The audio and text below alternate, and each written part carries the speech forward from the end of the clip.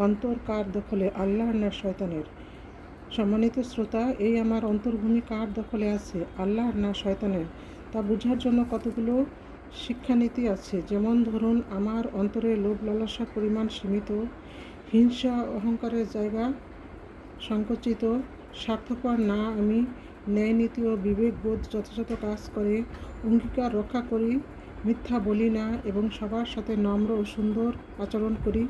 তাহলে ধরে নিতে হবে আমার এই অন্তর্ভূমি আমার সৃষ্টিকর্তা, আমার রবের দখলে।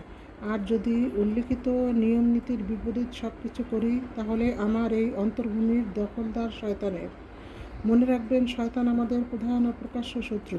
অতএব সময় থাকতে থাকতে অন্তর্ভূমির দখল, উপরিল্লিখিত নিয়ম নীতি মেনে আপনার সৃষ্টিকর্তাকে দিন এবং দুনিয়া ও আখিরাত উভয়ই সার্থক সুন্দর করে গড়ে তুলুন।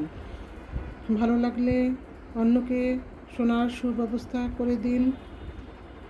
ভালো থাকবেন সবাই। ধন্যবাদ সবাইকে।